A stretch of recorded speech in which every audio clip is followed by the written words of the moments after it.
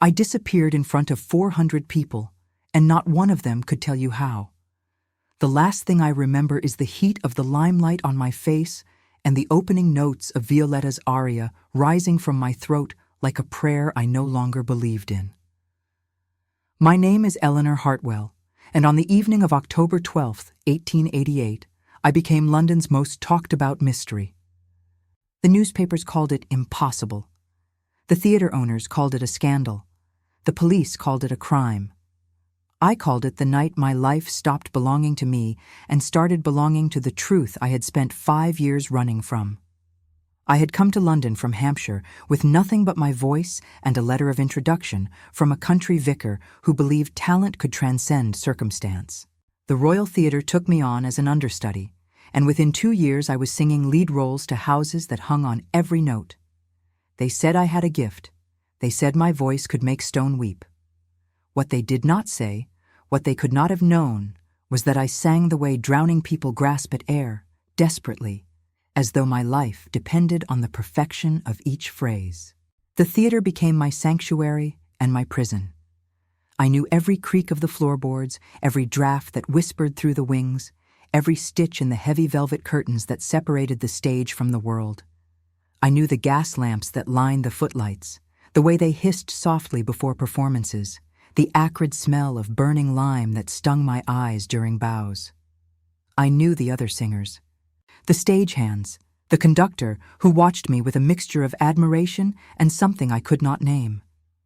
I knew the building as well as I knew my own heartbeat, which is why what happened that night felt like a betrayal of reality itself. The evening began as all opening nights did, with the electric anticipation that hummed through the dressing rooms and the rustle of silk as we prepared. My costume for the first act was a gown of pale rose silk with seed pearls sewn into the bodice, delicate and expensive, the kind of dress that made you feel like something precious and fragile. My dresser, Mrs. Bellamy, fastened the tiny buttons at my back with practiced efficiency while I stared at my reflection in the mirror ringed with candles. I looked like someone else entirely. That was the point, I suppose. The theater was full that night. I could hear the murmur of the crowd through the walls, the shuffle of programs, the expectant silence that falls just before the curtain rises. I had performed this role a dozen times before, but tonight felt different. There was a heaviness in the air, a pressure behind my eyes that I attributed to nerves. I should have known better. I should have recognized the warning.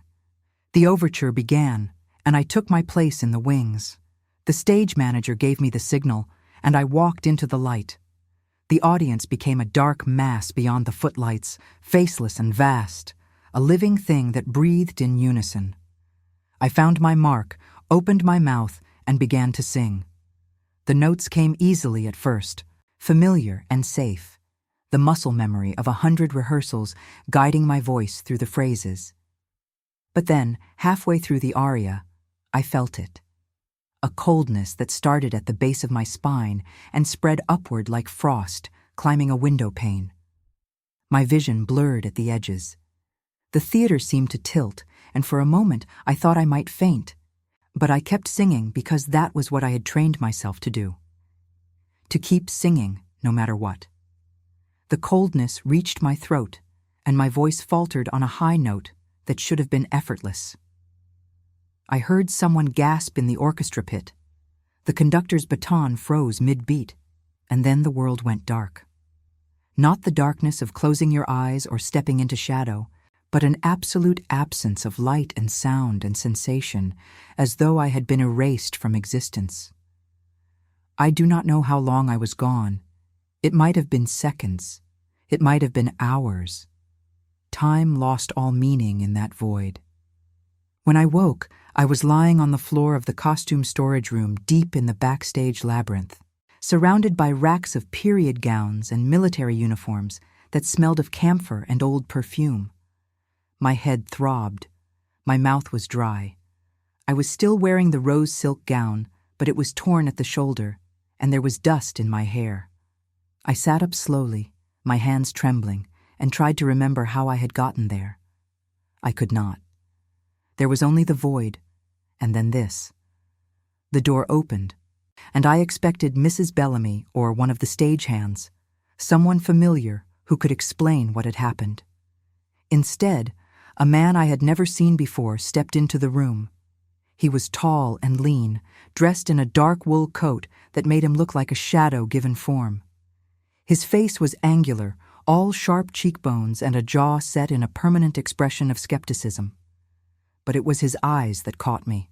They were pale gray, the color of winter sky, and they looked at me with an intensity that made me feel as though he could see through skin and bone to the guilty secrets I kept locked inside. He did not introduce himself.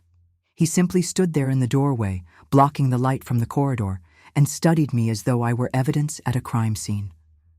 Finally, he spoke, and his voice was low and precise, with the clipped accent of someone who had been educated at good schools and trained not to reveal emotion. "I am Inspector Adrian Colborne," he said. "And you, Miss Hartwell, have a great deal of explaining to do." I stared at him, my mind still foggy, trying to process his words. Inspector, police, explaining. None of it made sense. I opened my mouth to ask what he meant, but before I could speak, he stepped further into the room and closed the door behind him. The click of the latch sounded final, like the closing of a chapter I had not finished reading. "How did I get here?" I managed to ask, my voice hoarse from singing and confusion. "That," he replied, "is precisely what I intend to discover. You vanished from the stage in front of 400 witnesses, Miss Hartwell. One moment you were singing, and the next you were simply gone. The audience saw it. The orchestra saw it. Everyone in that theater saw you disappear as though you had been plucked from existence by an invisible hand. And now I find you here, alone, in a locked room that no one has entered or exited in the past 3 hours. I felt the blood drain from my face. 3 hours. I had been gone for 3 hours, and I remembered none of it. The coldness, the void, and then waking here. Nothing else. No memory of leaving the stage, no sense of movement or transition. It was as though someone had cut those hours out of my life with surgical precision. "I do not remember," I whispered, and even to my own ears, it sounded like a lie. Inspector Colborne's expression did not change, but I saw something flicker in his eyes. Doubt, perhaps, or the recognition of a mystery that defied the rational mind he clearly prided himself on. He moved closer, and I noticed the way he walked, careful and deliberate, as though he were navigating a room full of traps. He knelt beside me, close enough that I could smell the faint scent of tobacco and something else, something like ink or old paper, the smell of someone who spent his nights reading reports by candlelight. "Do you know why I was called to this theater tonight, Miss Hartwell?" he asked, his voice quieter now, almost gentle. "It was not because of your disappearance, though that is certainly remarkable. I was already here. I have been investigating a series of deaths connected to this building. 3 people in the past 6 months, all of them involved with the Royal Theatre in some capacity. All of them found dead under circumstances that defy easy explanation. And now you, the star soprano, vanish from the stage in a manner that seems to belong more to ghost stories than reality." He paused, watching my reaction. I felt my heart hammering against my ribs. 3 deaths. I had heard whispers, of course. The theater was full of whispers. But I had dismissed them as the usual superstitions that clung to old buildings like cobwebs. Actors were a superstitious lot. We believed in unlucky colors and cursed productions and ghosts that haunted the upper galleries. I had never taken any of it seriously. "I do not know anything about deaths," I said, forcing my voice to steady. "I am a singer. I perform. That is all." Inspector Colborne studied me for a long moment, and I had the uncomfortable sensation that he was reading my thoughts, cataloging my fears and filing them away for future examination. Then he stood and offered me his hand. I hesitated before taking it, and when I did, his grip was firm and surprisingly warm. He pulled me to my feet with an ease that suggested strength hidden beneath the austere exterior. "Perhaps you are telling the truth," he said, though his tone suggested he did not believe it. "Or perhaps you are an exceptionally skilled liar. Either way, Miss Hartwell, you are now part of an investigation that has occupied my attention for half a year. Until I determine what happened tonight and how it connects to the other incidents, you will not be leaving my sight." I wanted to argue, to insist that I had nothing to do with whatever dark events he was investigating. But the words died in my throat. Because somewhere deep inside, beneath the confusion and fear, I knew he was right to suspect me. I knew there were things I had not told anyone, secrets I had buried so deeply that I had almost convinced myself they did not exist. And now, standing in that dusty storage room with a man whose job was to uncover truth, I realized that my carefully constructed life was about to unravel. Inspector Colborne opened the door and gestured for me to precede him into the corridor.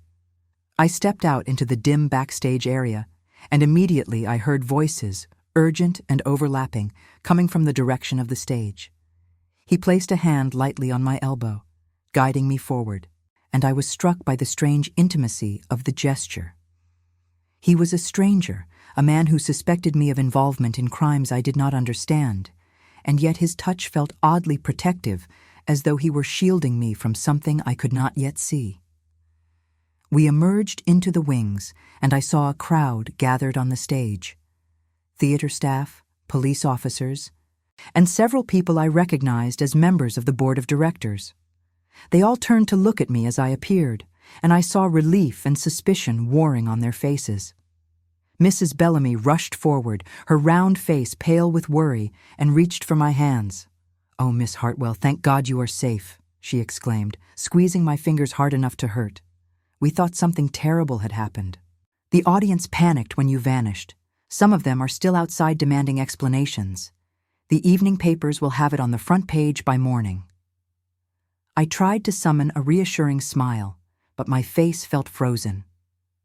Inspector Colborne released my elbow and stepped forward, addressing the crowd with the authoritative tone of someone accustomed to being obeyed. "Everyone will need to provide statements before leaving the premises tonight," he announced. "No one is to discuss this incident with the press until my investigation is complete. Miss Hartwell will be in my custody for the time being." A murmur of protest rose from the group, but the inspector silenced it with a look. I marveled at his ability to command a room with nothing more than his presence. He was not a large man, not physically imposing in the way that inspires fear through size alone, but there was something in his bearing that suggested he had seen things that would break lesser souls and emerged intact, if not unscathed. The crowd began to disperse reluctantly, and I found myself alone with Inspector Colborne once more. He turned to me, and in the harsh light of the stage lamps, I could see the exhaustion etched into his features, the shadows under his eyes that spoke of sleepless nights and burdens carried in silence. For a moment, I glimpsed the man beneath the professional mask, and what I saw made my breath catch. He was haunted. Whatever he had witnessed in his investigations, whatever truths he had uncovered, they had left marks that no amount of stoicism could hide. "We need to talk, Miss Hartwell," he said quietly. "Somewhere private, away from all of this. I need you to tell me everything you remember about tonight, and anything else you think might be relevant, no matter how insignificant it seems." I nodded, not trusting my voice. He led me through the maze of backstage corridors to a small office that belonged to the theater manager. It was a cluttered space filled with ledgers and correspondence, the walls lined with playbills from past productions. He gestured for me to sit in the chair opposite the desk, and he took the manager's seat, leaning back and regarding me with those unsettling gray eyes. "Start from the beginning," he said. "Tell me about tonight. Tell me about the weeks leading up to tonight. And tell me why a woman with your talent and reputation would be involved with the kind of people who leave bodies in their wake." I felt anger flare in my chest, hot and defensive. "I am not involved with anyone," I snapped. "I sing. I rehearse. I live quietly. Whatever you think you know about me, Inspector, you are mistaken." He did not react to my outburst. Instead, he pulled a small notebook from his coat pocket and opened it to a page filled with neat, precise handwriting. Then he began to read, and with each word, I felt the ground beneath me grow less solid. Eleanor Hartwell, born Eleanor Ashford in Hampshire, 1863, daughter of a country schoolmaster who died when you were 15, mother's whereabouts unknown. You arrived in London in 1883 with a letter of introduction from Reverend Thomas Ashford, claiming to be his niece. Except Reverend Ashford had no nieces, Miss Hartwell. He had no siblings at all. So who wrote that letter, and why did he allow you to use his name? I stared at him, my mouth dry, my mind racing. He knew. Somehow he had uncovered the lie I had built my life upon, the small deception that had opened doors I could never have entered as the daughter of a disgraced schoolmaster and a mother who had run away with a traveling performer. The Reverend had been kind, pitying even, when I appeared at his door desperate and alone. He had given me the letter because he believed in second chances, or perhaps because he saw something in me that reminded him of his own lost youth. I had never asked why. I had simply taken the gift and run with it. Inspector Colborne closed the notebook and leaned forward, his elbows on the desk, his hands steepled in front of his face. His expression was no longer skeptical. It was something worse. It was knowing. "I am very good at my job, Miss Hartwell," he said softly. "I uncover secrets. I follow threads until they lead me to the truth, no matter how deeply buried. And what I have discovered about you suggests that you are not the innocent soprano you pretend to be. So I will ask you once more. Tell me everything, because if you do not, I will assume you are hiding something that connects you to 3 murders, and I will not rest until I prove it." I looked into his eyes and saw that he meant every word. This man would not stop. He would pull apart my life thread by thread until there was nothing left but the naked truth. And I would be ruined. My career, my reputation, everything I had fought for would be destroyed. Unless I gave him what he wanted. Unless I trusted him with the secrets I had kept for so long that they had become part of my bones. And so, in that small, cluttered office in the heart of the Royal Theatre, with the sounds of the city muffled beyond the walls and the smell of gas lamps thick in the air, I began to speak. I told him about my father, about the scandal that destroyed his reputation and drove him to an early grave. I told him about my mother, about the way she had looked at me the night she left, as though I were a chain she needed to break in order to be free. I told him about the years of poverty and desperation, about the small lies that became larger ones, about the moment I realized I could sing my way into a different life if I was willing to become someone else entirely. Inspector Colborne listened without interruption, his face unreadable, and when I finally fell silent, exhausted by the weight of confession, he nodded slowly. "Thank you," he said, and there was something in his voice that had not been there before. Something almost like respect. "Now tell me about tonight. Tell me what happened just before you disappeared." I closed my eyes and tried to remember. The stage, the lights, the music, and then the coldness, the sensation of being pulled away from myself, the void that swallowed everything. When I opened my eyes again, Inspector Colborne was watching me with an expression I could not quite read. "I felt something," I said slowly. "A presence. As though someone were standing behind me, close enough to touch, but when I tried to turn, I could not move. And then there was nothing, just darkness. And when I woke, I was in the storage room, and you were there." He was silent for a long moment, his fingers drumming softly on the desk. Then he stood and walked to the window, looking out at the foggy London street below. The gas lamps cast pools of yellow light that barely penetrated the mist, and I could see the faint shapes of carriages moving past like ghosts. "3 people have died in this theatre," he said without turning around. "The first was a stagehand who was found hanging from the rigging 6 months ago. The authorities ruled it a suicide, but I was not convinced. The second was a costume seamstress who drowned in a water tank used for a scene change. Again, an accident, according to the official report. And the third was a baritone who collapsed during a performance and was dead before the doctor arrived. Heart failure, they said. But I found something at each scene, Miss Hartwell. Something that should not have been there. He turned to face me, and in his hand was a small square of fabric, yellowed with age. He held it up to the light, and I saw that it was embroidered with letters, tiny and precise, sewn in red thread that looked like dried blood. Each body had one of these hidden in their clothing, he said. A confession sewn into the fabric, words that spoke of guilt and judgment and punishment. At first, I thought it was the work of a madman, someone leaving calling cards at the scenes of their crimes. But the confessions were too specific, too personal. They revealed secrets about the victims, things that only they should have known. He placed the fabric on the desk in front of me, and I leaned closer to read the words stitched there. My blood turned to ice. The words were mine. A secret I had told no one, a moment of shame I had buried so deeply that I had almost convinced myself it never happened. And here it was, written in thread and left at the scene of a death, as though someone had reached into my mind and pulled out the truth I most wanted to hide. Inspector Colborne watched my reaction, and I saw understanding dawn in his eyes. "You see now why I cannot let you go," he said quietly. "Whatever is happening in this theater, Miss Hartwell, you are part of it. Whether you know it or not, someone is using your secrets as weapons. And until I discover who and why, you are in grave danger."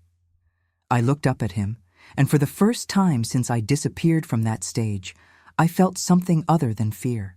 I felt the beginning of trust, fragile and uncertain, but real. This man, this stranger who had torn apart my lies and laid bare my soul, was offering me something I had not had in years: protection.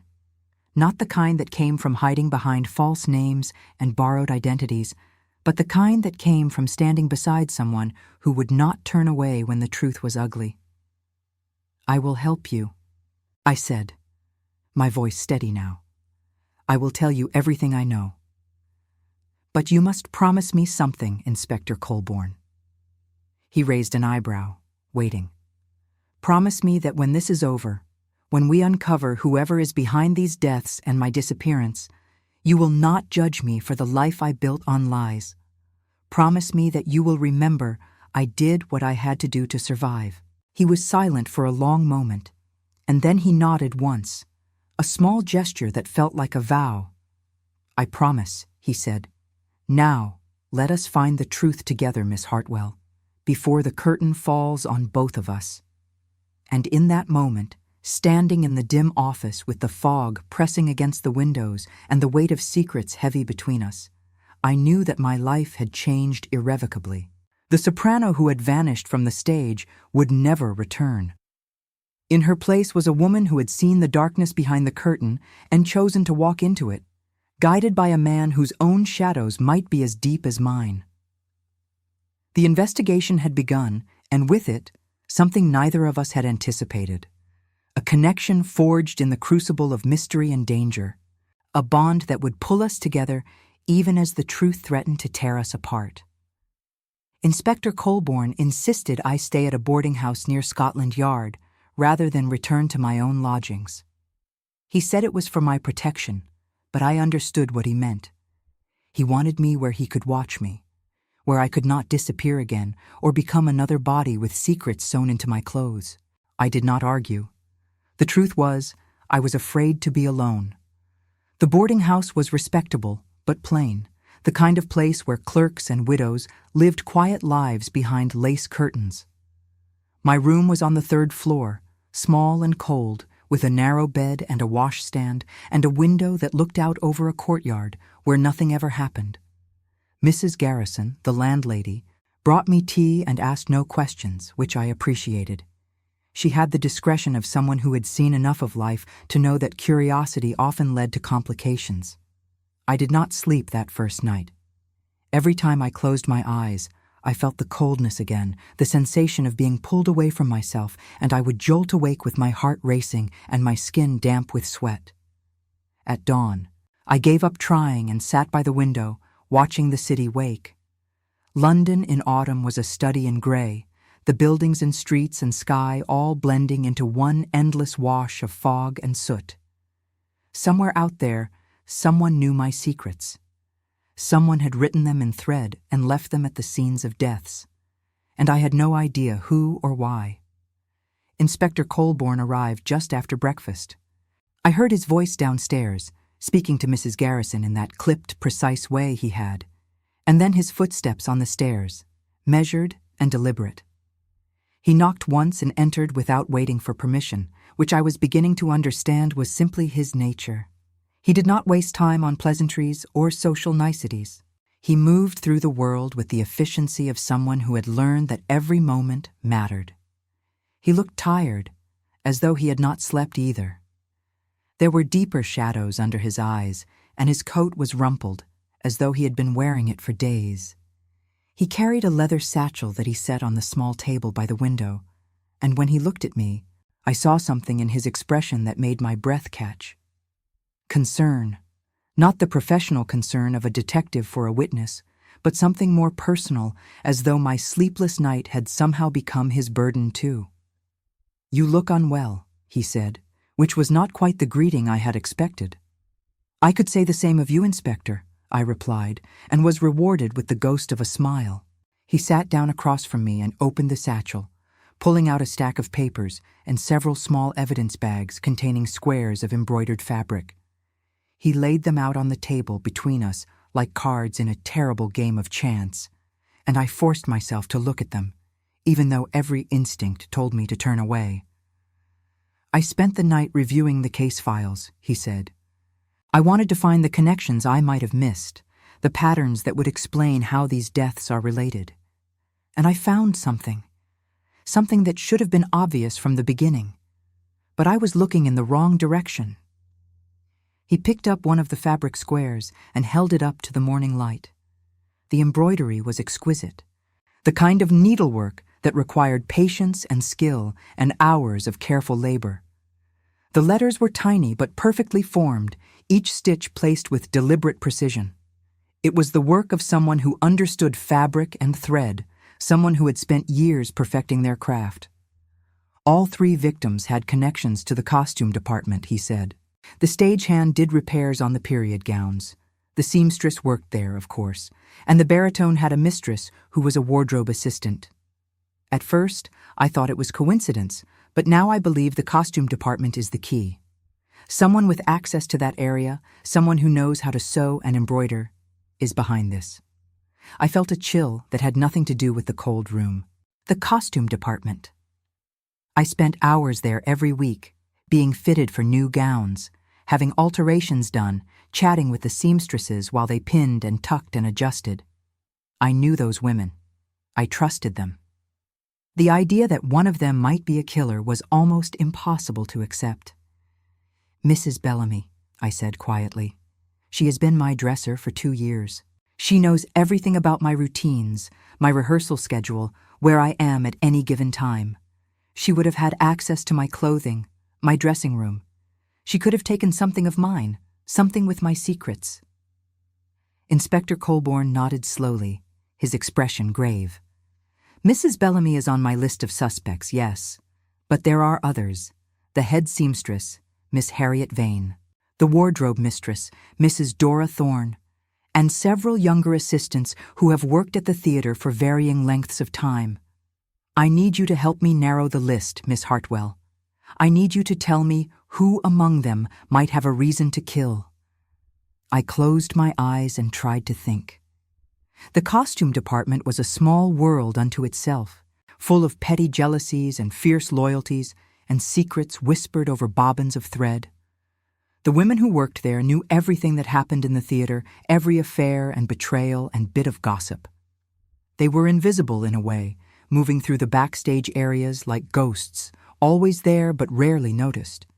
It would be easy for one of them to commit murder, to plant evidence, to disappear into the crowd of stagehands and performers and be forgotten.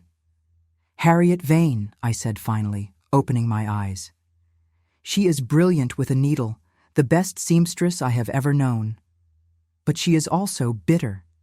She believes she should be working in Paris or Vienna, creating gowns for royalty, not mending costumes for actors. She resents being trapped in the theater, and she resents those of us who have what she wants: fame, attention, admiration." Inspector Colborne made a note in his book. "Anyone else?" "There is a young woman named Clara Finch. She is new, only been at the theater for a few months. She is quiet, keeps to herself. But I have seen the way she watches people, as though she is studying them, learning their weaknesses. It makes me uncomfortable." He nodded and wrote down the name. "I will interview both of them today. But I want you to come with me, Miss Hartwell. I want you to observe their reactions when they see you, when they realize you are still alive and working with the police. Sometimes people reveal more than they intend when they are caught off guard." The idea of returning to the theater filled me with dread, but I knew he was right. If I wanted to find out who was behind the deaths and my disappearance, I would have to face the place where it all began. I would have to walk back onto that stage and confront the darkness that lurked behind the curtain. We took a hansom cab to the theater, and the ride through the foggy streets gave me time to gather my courage. Inspector Colborne sat beside me in silence, his gaze fixed on the passing buildings, and I found myself studying his profile. He had a strong face, all sharp angles and clean lines, the kind of face that revealed nothing unless he wanted it to. But there was something in the set of his jaw, a tension that spoke of control, maintained through constant vigilance, and I wondered what it cost him to carry the weight of so many investigations, so many unsolved mysteries. "Do you have family, Inspector?" I asked, surprising myself with the question. He turned to look at me, and for a moment, I thought he would not answer. Then he said, "I had a wife. She died 3 years ago. Consumption. There were no children." His voice was flat, emotionless, but I heard the pain beneath the words. I understood grief, the way it hollowed you out and left you with nothing but the shell of who you used to be. I understood the need to bury yourself in work, to fill the emptiness with purpose and duty and the relentless pursuit of truth. "I am sorry," I said softly. He nodded once, a small acknowledgement, and then turned back to the window. We did not speak again for the rest of the journey. The Royal Theatre looked different in daylight. The grandeur that made it magical at night seemed shabby and worn in the gray morning light. The gilt paint on the facade was chipped, the marble steps stained with soot, the posters advertising performances faded and torn at the edges. Inspector Colborne paid the cab driver and led me through the stage door, past the doorman who looked at me with wide eyes and quickly looked away.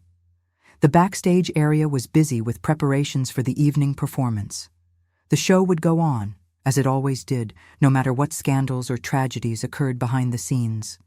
Stagehands moved scenery, actors ran lines in corners, and the smell of fresh paint and sawdust filled the air. Inspector Colborne moved through the chaos with purpose, and I followed in his wake, feeling the weight of eyes on me, hearing the whispers that trailed behind us like smoke.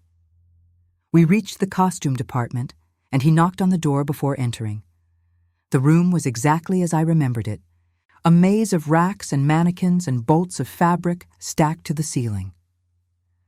Harriet Vane was at the main work table, bent over a gown with her needle flashing in the light from the windows. She looked up as we entered, and her expression went from surprise to something harder, something that might have been anger or fear or both. "Miss Hartwell," she said, her voice cool, "I heard about your dramatic disappearance. How theatrical of you." Inspector Colborne stepped forward before I could respond. "Miss Vane, I am Inspector Adrian Colborne. I am investigating the recent deaths at this theater, and I have some questions for you." Harriet set down her needle with deliberate care and folded her hands on the table. She was a handsome woman in her 40s, with iron-gray hair pulled back in a severe bun and eyes that missed nothing. She looked at the inspector with the same cool assessment she used when judging the fit of a gown, and I saw him stiffen slightly under her gaze. "I have already spoken to the police about those unfortunate incidents," she said. "I have nothing to add." "Then you will not mind answering a few more questions," Inspector Colborne replied, his tone making it clear that he was not asking permission. He pulled out the evidence bags and placed them on the table. Harriet glanced at them, and I saw something flicker in her eyes, gone too quickly to identify. He opened one of the bags and removed a square of embroidered fabric, holding it up for her to see. "Do you recognize this work, Miss Vane?" he asked. She leaned closer, studying the stitches with the critical eye of an expert. Her face revealed nothing, but her fingers twitched slightly, as though she wanted to reach out and touch the fabric. Finally, she sat back and shook her head. "It is fine work," she said, "very fine. But it is not mine. The stitches are too small, too perfect. Whoever did this has more patience than I possess." Inspector Colborne's expression did not change, but I sensed his disappointment. He had been hoping for a reaction, a confession, something that would move the investigation forward. Instead, he had only more questions. "Can you think of anyone in your department who might be capable of this level of embroidery?" he asked. Harriet was silent for a moment, and I saw her gaze drift to a corner of the room where a young woman sat alone, mending a torn petticoat. Clara Finch. She was small and pale, with dark hair pulled back in a simple braid and hands that moved over the fabric with hypnotic grace. She did not look up, but I had the sense that she was listening to every word. "Clara is very skilled," Harriet said finally, her voice neutral. "She came to us with excellent references and a portfolio of work that was quite impressive, but she keeps to herself. I know very little about her personal life." Inspector Colborne followed her gaze and then walked over to where Clara sat. I moved closer, wanting to see her reaction when he questioned her. She looked up as he approached, and her eyes were large and dark, like pools of ink. There was something unsettling about her gaze, a depth that suggested she saw more than she should. "Miss Finch," the inspector said, "I would like to speak with you about your work here at the theater." Clara set down her needle and stood, smoothing her plain gray dress. She was even smaller than I had realized, barely reaching the inspector's shoulder, and there was a fragility about her that made her seem almost childlike. But when she spoke, her voice was steady and mature. "Of course, Inspector. How may I help you?" He showed her the embroidered fabric, and I watched her face carefully. Her expression did not change, but her hands tightened slightly at her sides, the only sign of any reaction at all. She studied the work for a long moment, and then she looked up at him with those unsettling dark eyes. "This is exquisite," she said softly. "The person who created this has spent years perfecting their technique. It is not simply embroidery, Inspector. It is art." "Did you create this?" he asked bluntly. "No," she replied without hesitation. "I am skilled, but not this skilled. This work is beyond my abilities." Inspector Colborne put the fabric away and pulled out his notebook. "Where were you on the evenings of April 15th, June 23rd, and September 10th? Clara tilted her head slightly, as though considering the question. "I would have been here, at the theater. I work late most evenings, finishing costumes for the next day's rehearsals. You can check with the stage door attendant. He keeps a log of everyone who enters and leaves. And do you work alone?" "Usually, yes. The others prefer to go home at the end of the day. But I find the theater peaceful at night. It is easier to concentrate when there are no distractions." There was something in the way she said it, a hint of satisfaction or perhaps longing, that made my skin prickle. I stepped forward, unable to keep silent any longer. "You were here the night I disappeared," I said. "I saw you in the wings just before I went on stage. You were watching me." Clara turned to me, and for the first time, I saw something like emotion in her eyes. It might have been surprise or guilt or something else entirely, something I did not have a name for.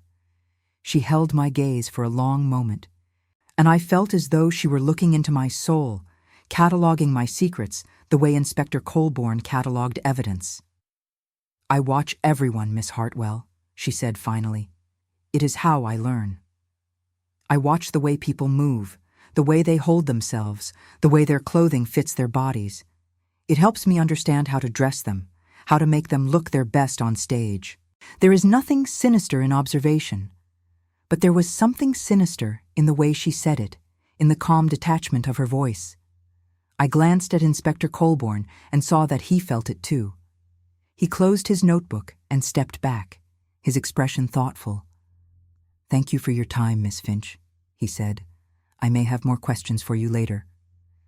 Clara nodded and returned to her seat, picking up her needle as though nothing had happened. But as we turned to leave, I heard her voice, soft and almost musical, drifting across the room. "Be careful, Miss Hartwell. The theater has many secrets, and some of them are better left buried." I felt a chill run down my spine, but I did not turn around. Inspector Colborne's hand found my elbow again, that same protective touch, and he guided me out of the costume department and back into the corridor. Once we were alone, he stopped and looked at me with an intensity that made my heart skip. "She knows something," he said. "I am certain of it. But until I have proof, I cannot arrest her. I need to find the connection between her and the victims, the motive that ties everything together." "What if the motive is me?" I said quietly. "What if all of this, the deaths, the embroidered confessions, my disappearance, what if it is all about me? What if someone is trying to destroy me by destroying everyone around me?" He was silent for a moment, and then he said, "It is possible. But why? What have you done that would inspire such hatred, such elaborate revenge?" I did not have an answer. I had lived quietly, kept to myself, focused on my career. I had no enemies that I knew of, no scorned lovers or jealous rivals who would go to such lengths. But clearly, I had been wrong. Clearly, someone hated me enough to kill, and I had no idea who or why. "We need to go deeper," Inspector Colborne said, as though reading my thoughts. "We need to uncover the secrets you have been keeping, the ones you have not told me yet. Because I believe the answer is in your past, Miss Hartwell, in the life you left behind when you became someone else." He was right, of course. The lies I had built my life upon were coming back to haunt me, and the only way to stop the deaths was to face the truth I had been running from for 5 years. I took a deep breath and nodded. "I will tell you everything," I said, "but not here, not in this place where walls have ears and shadows have eyes." He understood. We left the theater and walked through the foggy streets until we found a small tea shop, quiet and nearly empty. We sat in a corner booth, and over cups of strong black tea, I told him the rest of my story. I told him about my father's disgrace, about the gambling debts and the accusations of theft that destroyed his reputation. I told him about the night he died, drunk and alone, and how I had found him in his study with an empty bottle and a note that said only, "I am sorry." I told him about my mother's flight, about the way she had looked at me with something like pity before she walked out the door and never came back. And then I told him about Hampshire, about the months I spent working as a maid in a country house, invisible and desperate. I told him about the young lord who noticed me, who told me I was beautiful, who promised me things he never intended to keep. I told him about the pregnancy, about the terror and shame, about the miscarriage that nearly killed me. And I told him about the reverend who found me bleeding and alone, who took me in and gave me a second chance because he believed in redemption. When I finished, I was crying, and I did not care. Inspector Colborne sat across from me, his face grave. And when I finally met his eyes, I saw something there that made my breath catch. Not judgment, not disgust, understanding. And something else. Something that looked almost like tenderness. "Thank you," he said quietly. "I know how difficult that was. And I promise you, Miss Hartwell, I will not let your secrets destroy you.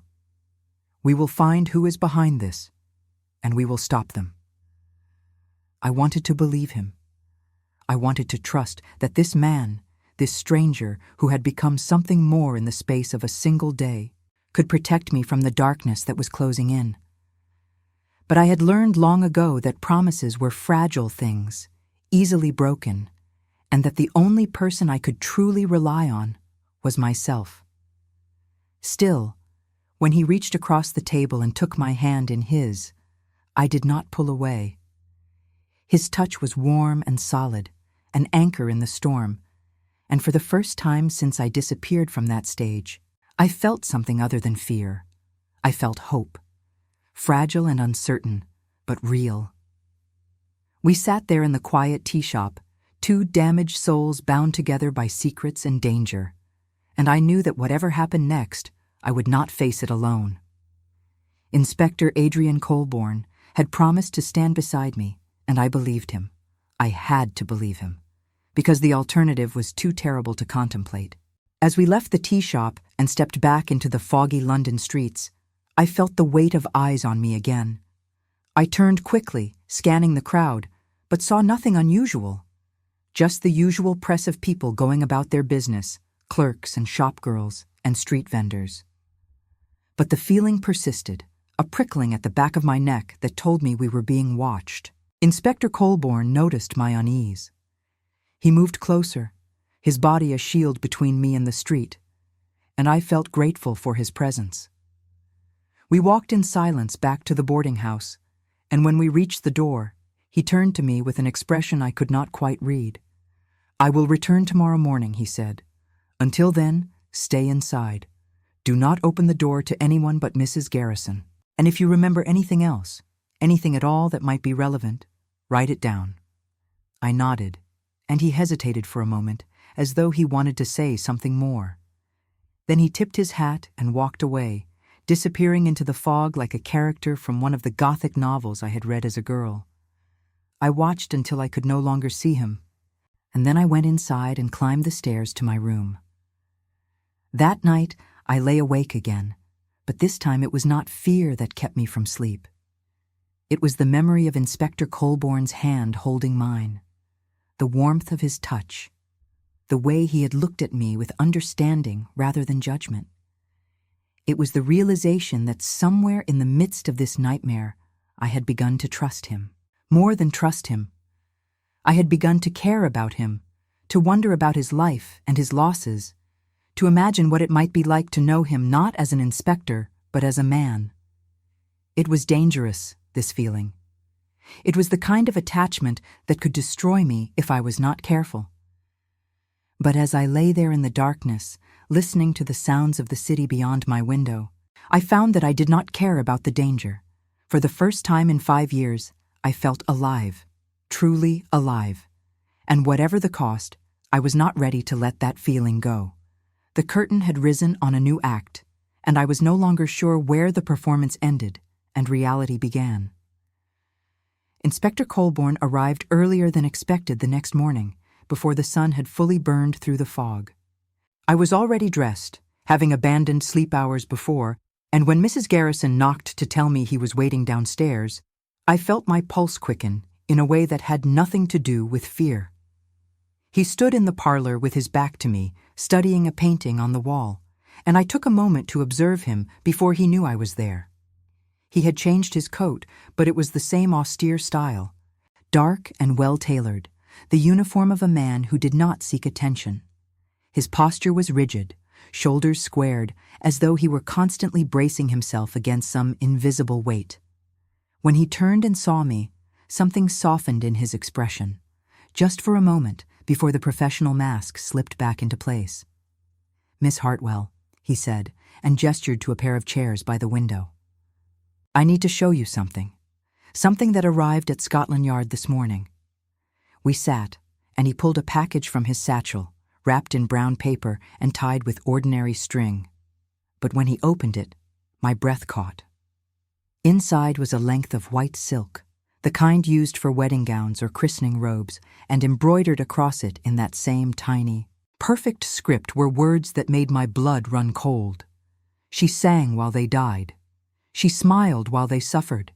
She built her palace on the graves of the forgotten. Now let her account be settled in thread and blood. I stared at the silk, unable to look away, unable to process what I was seeing. The words were an accusation, a judgment, a sentence all woven into one, and beneath them, in smaller letters, were names. 3 names I did not recognize, followed by dates that meant nothing to me. "I do not understand," I whispered. "I do not know these people. I have never hurt anyone. This is madness." Inspector Colborne's jaw tightened.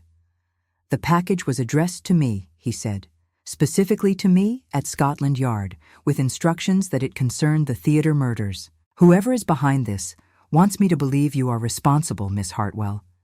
They are trying to frame you, or they genuinely believe you are guilty of something terrible." He paused, and I saw him struggle with something, some internal debate about how much to tell me. Finally, he said, "I had the names investigated. All 3 were residents of the workhouse in Hampshire where your mother was last seen. They died within months of each other, 5 years ago, just before you came to London." The room seemed to tilt. The workhouse. My mother. 5 years ago. The timing was too precise to be coincidence, and yet I had no memory of those names, no connection to those deaths. I had been 17 when my mother left, consumed by grief over my father's death and my own survival. The weeks that followed were a blur of pain and desperation. I had gone looking for her once, made the journey to the workhouse where someone said they had seen a woman matching her description, but I had been turned away at the door. They told me no one by her name was registered there. I had assumed she had lied about where she was going, or that the information was wrong. I had never gone back. "I did not kill anyone," I said, my voice shaking. "I went to that workhouse once, only once, and they would not let me inside. I do not know anything about those deaths." Inspector Colborne leaned forward, his gray eyes intense. "I believe you," he said, and the certainty in his voice steadied me. "But someone wants me to think otherwise. Someone is going to great lengths to connect you to these deaths, to paint you as a woman who has built her success on the suffering of others. The question is why? What would they gain from destroying you?" I shook my head, helpless. I could not imagine who would hate me enough to construct such an elaborate lie, to kill innocent people just to implicate me in their deaths. It was the work of someone patient and meticulous, someone who had been planning this for years. The realization made me feel sick. "There is something else," Inspector Colborne said, and his reluctance told me I would not like what came next. I made inquiries at the workhouse. The records from that time are incomplete, but I found something. Your mother was there, briefly, under a different name. She died there, Miss Hartwell, 4 months after she arrived. Pneumonia, according to the death certificate. The words hit me like a physical blow. My mother was dead. She had been dead for 5 years, and I had never known. All this time, I had carried the anger and abandonment, the belief that she had chosen to leave me, that she had started a new life somewhere and forgotten I existed. But she had been sick and alone, dying in a workhouse while I survived and built a new identity and learned to sing. The guilt was overwhelming. Inspector Colborne reached across and took my hand, and this time I clung to him, needing the contact, needing something solid to anchor me to the present. He did not speak, did not offer empty comfort. He simply held my hand and let me grieve. When I could finally breathe again, I looked up at him through tears. "The 3 people who died," I said. "Were they there when she was? Did they know her?" "I believe so," he said gently. "The dates overlap. It is possible they were witnesses to something, or that they knew something about her death. And it is possible that whoever killed them believes you were responsible for whatever happened to your mother." "But I was not there," I said desperately. "I never saw her again after she left. How can I be blamed for something I knew nothing about?" Because guilt does not require truth, Miss Hartwell. It only requires belief. And someone believes, with absolute certainty, that you are responsible. They have spent years planning this revenge, gathering your secrets, learning your life, waiting for the perfect moment to strike. He released my hand and stood, pacing to the window. The fog had lifted slightly, and pale sunlight filtered through the glass, casting his face in sharp relief. I could see the exhaustion there, the weight of too many cases and too many unsolved mysteries. But I could also see something else, something that looked like determination. "We need to go to Hampshire," he said. "We need to visit that workhouse and find out what really happened 5 years ago. Someone there will remember your mother, remember those deaths. Someone knows the truth, and we need to find them before anyone else dies."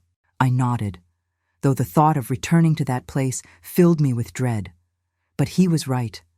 The answers were there, buried in the past I had tried so hard to escape. And if I wanted to survive, if I wanted to stop the killing, I would have to face what I had been running from. We traveled by train that afternoon, and the countryside rolled past the window in a blur of brown fields and bare trees. It was late October, and the world had that stripped, desolate quality that comes before winter. Inspector Colborne sat across from me in the compartment, reading through files and making notes, and I watched him work, marveling at his focus. He had a beautiful mind, precise and logical, the kind that could take chaos and find the patterns hidden within it. At some point, he looked up and caught me watching. For a moment, neither of us spoke, and I felt the air between us charge with something unspoken. Then he cleared his throat and returned to his papers, but not before I saw color rise in his cheeks. It was such a human reaction, so at odds with his usual control, that it made me smile despite everything. Hampshire appeared through the window just as the light was beginning to fade. The workhouse was on the outskirts of town, a grim brick building that squatted on the landscape like a toad. It had the institutional ugliness of all such places, designed to house the poor and desperate with maximum efficiency and minimum comfort. I had only seen it once before, on that terrible day when I came looking for my mother, and the sight of it now brought back all the helplessness and despair I had felt then. Inspector Colborne helped me down from the carriage we had hired at the station, and we approached the front entrance together. The matron who answered the door was a stout woman, with a face like carved stone and eyes that assessed us with immediate suspicion. When Inspector Colborne showed her his credentials, she softened slightly, but her manner remained cold. "We keep proper records here," she said defensively, as though we had accused her of something. "Everything is documented. We run a respectable establishment." "I am sure you do," Inspector Colborne said smoothly. "We are here to inquire about some residents from 5 years ago. 3 individuals who died within months of each other, and a woman who was registered under the name Mary Fletcher." The matron's expression did not change, but I saw something flicker in her eyes. "Come to my office," she said curtly, and led us down a long corridor that smelled of carbolic soap and boiled cabbage. Her office was cramped and overheated, dominated by a large desk piled with ledgers. She pulled down several volumes from a shelf and began flipping through pages, her thick fingers moving with surprising speed. Finally, she stopped and tapped a page. "Here," she said. "Mary Fletcher. Admitted April 2nd, 1883. Died August 15th, same year. Cause of death, pneumonia. She was alone when she passed. No family visited. The words were delivered with clinical detachment, but they cut me deeply. My mother had died alone, with no one to hold her hand or comfort her in her final moments. I had been in London by then, already singing at the theater, already building my new life. If I had known, if I had only known, I could have been there. "What about these 3?" Inspector Colborne said, showing her the names from the embroidered silk. The matron consulted another ledger. All 3 died within 6 months of Mary Fletcher's arrival. This one, Thomas Ridley, fell down the stairs and broke his neck. This one, Sarah Moss, died in her sleep, heart failure. And this one, William Grant, drowned in the laundry trough. All ruled accidents or natural causes. Except they were not accidents, were they? I said, surprising myself with the firmness of my voice. Someone killed them and made it look natural. Someone who wanted to silence them. The matron's face hardened. I will not have you making wild accusations about this institution, young lady. We are inspected regularly. Everything here is above reproach. Inspector Colborne raised a hand. No one is accusing your institution, madam. But I would like to speak with anyone who was here at that time. Anyone who might remember Mary Fletcher or these other individuals. The matron considered this, her lips pressed into a thin line. There is one person, she said finally. Old Bess, we call her. She has been here longer than anyone, works in the laundry. She knew everyone and everything. But I warn you, her mind wanders.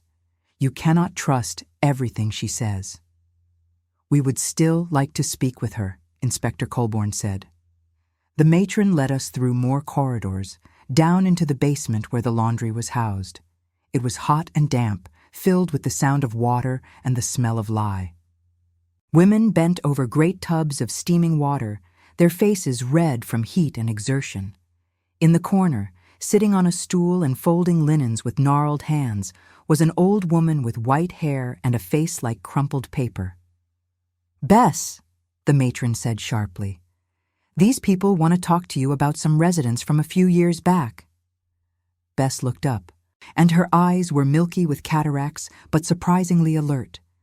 She studied us for a long moment, and then her gaze fixed on me with an intensity that made me uncomfortable. You have her eyes, she said, her voice like dry leaves rustling. Mary's eyes. I knew you would come eventually, knew someone would come asking questions. The matron made an impatient sound and left us there. Inspector Colborne pulled up 2 stools, and we sat down facing Bess. She continued folding linens, her hands moving with automatic precision, but her attention was entirely on us. You remember Mary Fletcher? Inspector Colborne said gently. Aye, Bess said. Sweet woman, sad woman. Came here running from something, never said what. Kept to herself mostly, did her work, caused no trouble. But there was fear in her, deep fear. I could see it. Do you know what she was afraid of? I asked, leaning forward. Bess's hands stilled. She looked at me directly, and I saw recognition in those clouded eyes. She was afraid for her daughter, she said, afraid someone would find the girl and hurt her because of what the girl's father had done. She never told me the details, but she said her husband had stolen from powerful people, and those people wanted revenge. She thought by leaving, by hiding here under a false name, she could protect her child. The words struck me like a blow. My mother had not abandoned me. She had been trying to protect me. All those years I had spent hating her, and she had been hiding, sacrificing herself so that I could be safe. The guilt and grief were overwhelming. The 3 people who died, Inspector Colborne said, his voice still gentle but insistent. Did they know Mary Fletcher? Bess nodded slowly. They knew her, and they knew too much. Thomas Ridley was a drunk who talked too much when he was in his cups. He told someone about Mary, about the girl she had left behind. Sarah Moss was a gossip who wrote letters to people outside the workhouse, selling information for a few coins. And William Grant, he was cruel, liked to torment the other residents. He tried to blackmail Mary, said he would tell where she was hiding if she did not give him money. And they all died, I said, understanding now. Someone killed them to protect my mother's secret, to make sure no one could trace her or find me. Bess shook her head, and there was sorrow in her expression. No, child. They died after Mary was already gone. Someone killed them because they knew Mary was dead, and they wanted to make sure no one could tell you what really happened to her. Inspector Colborne leaned closer. What really happened, Bess? How did Mary Fletcher die? The old woman's hands began shaking, and she pressed them flat on the folded linens to still them. "It was not pneumonia," she whispered. "Mary was murdered. I found her myself, in her bed, with a pillow over her face. I told the matron, but she said I was seeing things, that Mary had simply died in her sleep. She said if I kept talking about murder, I would be turned out onto the streets. So, I kept quiet. God forgive me, I kept quiet." The revelation hung in the air between us, heavy and terrible. My mother had been murdered, and the crime had been covered up, hidden behind a lie about pneumonia and natural causes. Someone had killed her, and then killed 3 witnesses to ensure the secret stayed buried. And now, 5 years later, that same someone was coming after me, using my secrets and my guilt as weapons. "Do you know who killed her?" Inspector Colborne asked, but I could see from Bess's expression that she did not. "I never saw who came and went that night," she said, "but I know this. Mary told me once, just before she died, that if anything happened to her, I should tell her daughter to beware the one who sews with red thread. She said it 3 times, like a warning she needed me to remember. Beware the one who sews with red thread. The word sent ice through my veins. Red thread. The embroidered confessions were all done in red thread, the color of blood, the color of guilt.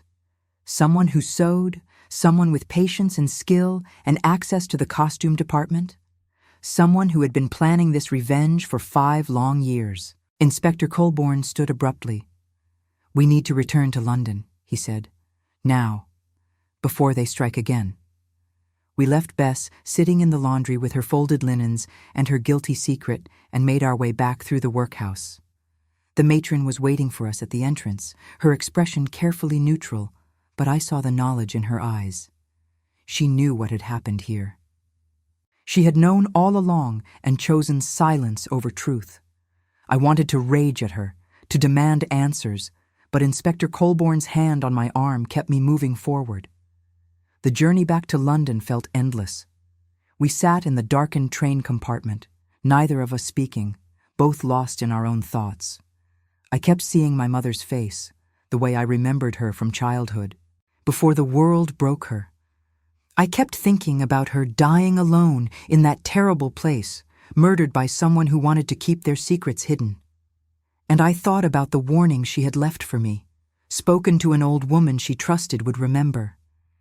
Beware the one who sews with red thread. When we finally reached London, it was past midnight. The streets were empty, fog rolling through them like something alive. Inspector Colborne insisted on accompanying me back to the boarding house, and I was grateful for his presence. The city felt dangerous now, full of shadows that might hide a killer. At the door of the boarding house, he turned to me, and in the dim light from the street lamp, his face was all planes and angles, beautiful and severe. "I will find who did this," he said, and there was steel in his voice. "I will find them, and I will make sure they answer for every death, every life they destroyed. I promise you that, Eleanor." It was the first time he had used my given name, and the intimacy of it made my breath catch. I looked up at him, at this man who had become so much more than an inspector investigating a case, and I felt something shift in my chest. It was dangerous, this feeling. It was the kind of attachment that could destroy us both if we were not careful. But standing there in the fog-wrapped street, with death and danger all around us, I found that I did not care about the danger. "Adrian," I said softly, testing the name on my tongue. He closed his eyes briefly, as though hearing his name from my lips caused him pain. When he opened them again, the mask was gone, and what I saw there took my breath away. Longing. Need. The carefully controlled emotions of a man who had spent 3 years building walls around his heart, suddenly crumbling. "I should not," he said. But even as he spoke, he was reaching for me, his hand cupping my face with a gentleness that made my eyes sting with tears. "This is not professional. This is not right." "Nothing about this is right," I whispered, "but I do not care. I do not care anymore, Adrian. And then he was kissing me, and the world fell away. It was not a gentle kiss, not tentative or careful. It was desperate and fierce. The kiss of two people who had been holding back for too long, who had been fighting against something that could not be denied. His arms came around me, pulling me close, and I melted into him, into the warmth and solidity of his body, into the promise of safety and understanding, and something deeper than either of us had names for. When we finally pulled apart, both breathing hard, he rested his forehead against mine. I have not felt this since, he began, but could not finish the sentence. I know, I said, understanding what he could not say. I know. We stood there in the fog, holding each other, and for the first time since I disappeared from that stage, I felt something other than fear and grief. I felt alive. I felt hope. I felt the beginning of something that might, against all odds, become love. But even as I held him, even as I let myself believe that we might survive this nightmare together, I felt the weight of eyes on us. I pulled back and looked around, scanning the empty street, but saw nothing. The fog was too thick, the shadows too deep. If someone was watching, they were invisible. Adrian felt it too. His body tensed, and his hand moved to the pocket where I knew he kept a revolver. He stepped in front of me, shielding me with his body, his eyes sweeping the street with professional precision. Go inside, he said quietly. Lock the door. Do not come out until I return in the morning. I wanted to argue, to insist that I would not leave him alone out here, but I saw the determination in his face and knew it would be useless. I nodded and slipped through the door, locking it behind me as he had instructed. Through the window, I watched him stand there for a long moment, waiting to see if whoever was watching would reveal themselves. But the street remained empty, and finally he turned and walked away, disappearing into the fog like a ghost. I climbed the stairs to my room, my lips still tingling from his kiss, my heart still racing from the intensity of what had passed between us. I knew it was dangerous. I knew we were both risking everything by giving in to this attraction. But I also knew that I could not stop it. Whatever was growing between Adrian and me was stronger than caution, stronger than fear, stronger than the knowledge that we might both be destroyed before this was over. I lay in bed that night, staring at the ceiling, and thought about my mother's warning. Beware the one who sews with red thread. Tomorrow, we would return to the theater. Tomorrow, we would confront whoever was behind the deaths and the embroidered confessions. Tomorrow, the truth would finally come to light. But tonight, alone in the darkness, I allowed myself to remember the feel of Adrian's arms around me, the taste of his kiss, the promise of something beautiful growing in the midst of all this ugliness. And I held on to that memory like a talisman against the darkness that was coming. Adrian arrived just after dawn, and I knew from his expression that something had changed overnight. He looked exhausted, his face drawn and pale, but there was a fierce energy about him, the coiled tension of someone on the verge of breaking through to the truth.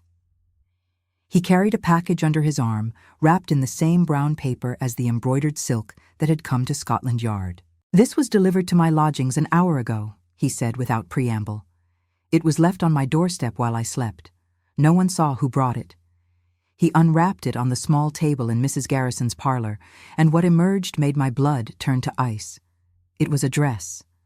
Not just any dress, but the exact rose silk gown I had been wearing the night I disappeared, complete with the seed pearls sewn into the bodice and the torn shoulder where the fabric had been damaged. But this was not my gown. This was a replica, perfect in every detail, and across the skirt, embroidered in that terrible red thread, were more words. The curtain falls on the final act. The soprano's confession awaits in the place where all secrets are buried. Come alone, Inspector, or she vanishes again. This time, she will not return. Adrian's hands were shaking as he held the dress. It was the first time I had seen him lose his composure, and it frightened me more than anything else had. This was a man who prided himself on control, on rational thinking, on the ability to face horror without flinching. But this threat, this direct challenge, had broken through his defenses. "It is a trap," I said quietly. "They want to separate us. They want you to come alone so they can kill you." He looked up at me, and in his eyes I saw a determination that bordered on madness. "I know it is a trap," he said, "but it is also our only chance to end this. They have made a mistake, Eleanor. They have revealed themselves. They have told me where to find them." "Where?" I asked, though I already knew the answer. "The theater," he said. "The place where all secrets are buried.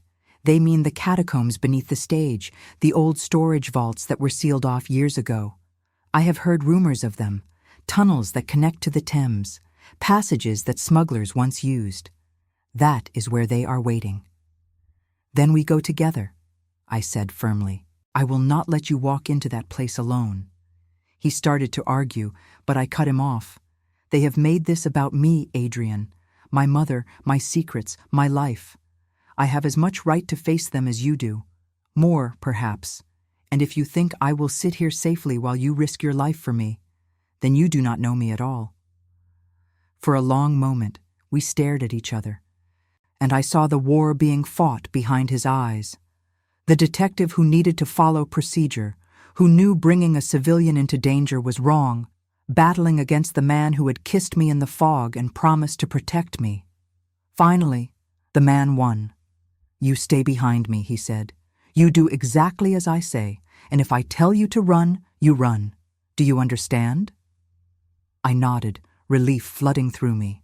We would face this together, whatever waited for us in those dark tunnels beneath the theater. We would end this nightmare, or we would die trying. We took a cab to the Royal Theatre, and Adrian spent the journey loading his revolver and checking his pockets for the small tools of his trade. A dark lantern, matches, a knife, handcuffs, the implements of justice. I watched him work with the same careful precision he brought to everything, and I marveled at how someone so controlled could kiss with such desperate passion. He was a man of contradictions, and I was only beginning to understand the depths hidden beneath his austere exterior.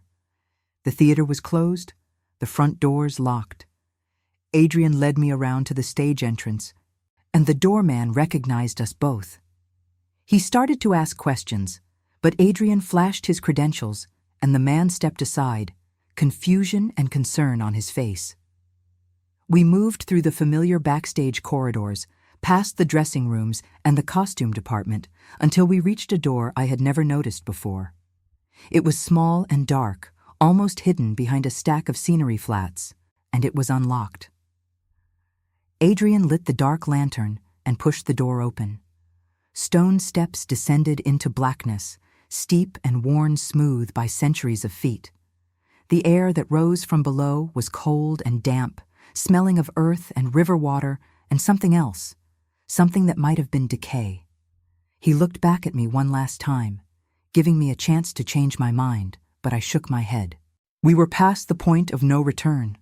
We descended into darkness, the lantern casting strange shadows on the stone walls. The steps seemed to go on forever, spiraling down and down until I lost all sense of how far beneath the theater we had traveled. Finally, the stairs ended in a narrow tunnel with a vaulted ceiling, the bricks green with moisture and age. Water dripped somewhere in the distance, and I could hear the faint sound of the Thames, that great dark river flowing just beyond these walls. Adrian moved forward cautiously, the lantern in one hand and his revolver in the other. I followed close behind, my heart hammering so hard I was certain whoever waited for us could hear it.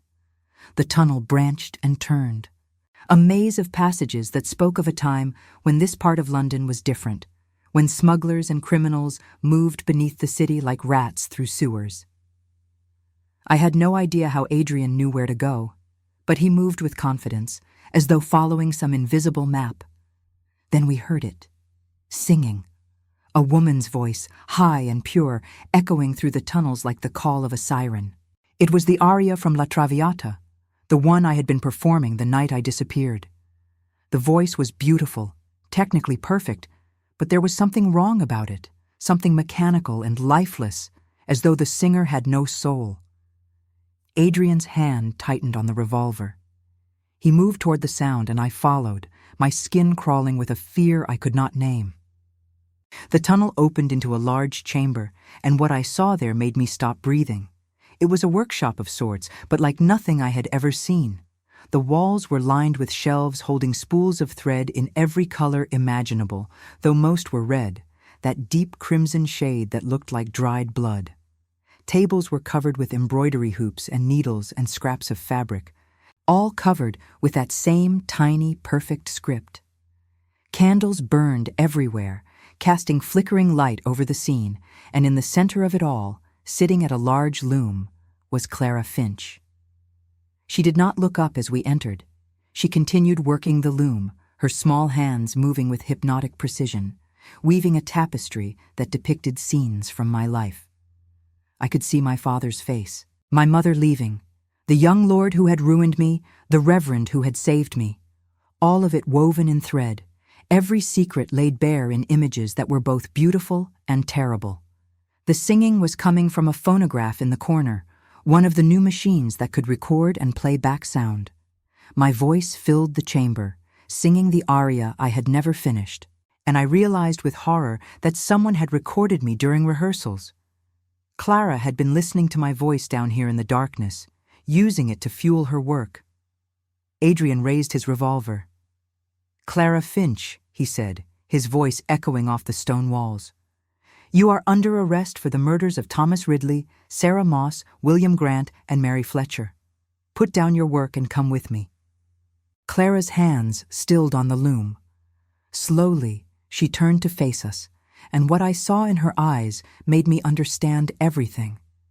It was not madness, not exactly.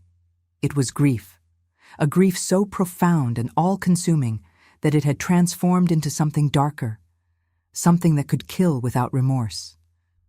"You do not understand," she said, her voice soft and musical, so at odds with the horror surrounding us. "You cannot understand. Mary Fletcher was my mother too." The words hung in the air, impossible and yet undeniable. I stared at her, seeing for the first time the resemblance in the shape of her face, the color of her eyes.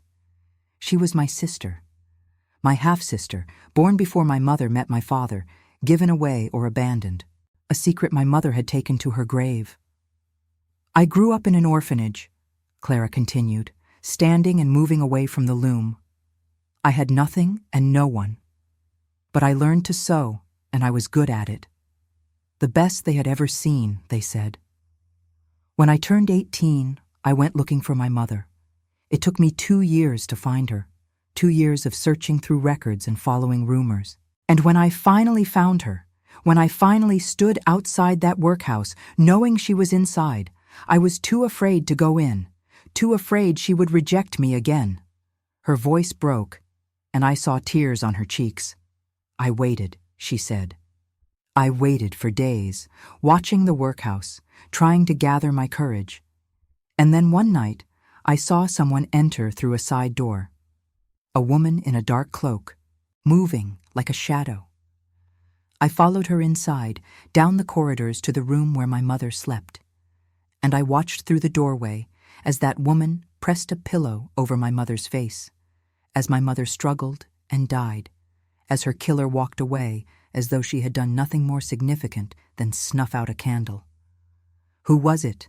Adrian demanded. "Who killed your mother?" Clara's smile was terrible to see. "You know who it was, Inspector. You have known all along, somewhere in the back of your brilliant mind. It was the matron, the woman who ran that workhouse like her own kingdom, who decided who lived and who died based on her own twisted sense of morality. My mother had been asking questions, you see. Asking about a baby girl she had given up 18 years before.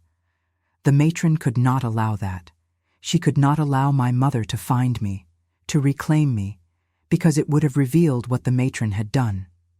She sold babies, Inspector. Poor women's children, taken and sold to wealthy families who wanted to avoid the complications of legal adoption. I was one of those children, and my mother was going to expose it all. I felt sick. The matron's face flashed before me, that cold expression, those eyes that held guilty knowledge. She had killed my mother to protect her crimes, and then she had killed the witnesses to hide the murder. And Clara, my sister, had spent 5 years planning her revenge. But why me? I asked, my voice barely above a whisper. Why punish me for something I did not do? Clara turned to me, and there was something almost like pity in her eyes. Because you had everything I wanted, Eleanor. You had our mother's love. You grew up knowing her, being held by her, hearing her voice. And then you left her, abandoned her to poverty and despair. You built your beautiful life on the foundation of her suffering, singing on stages while she died alone in that terrible place. You do not deserve the success you have. You do not deserve to be happy while I have nothing. I was a child, I said desperately. I did not abandon her. She left me. She was trying to protect me. Clara shook her head. You could have looked for her. You could have fought harder. But you did not, because you were too busy becoming someone else, too busy erasing your past and building your palace of lies.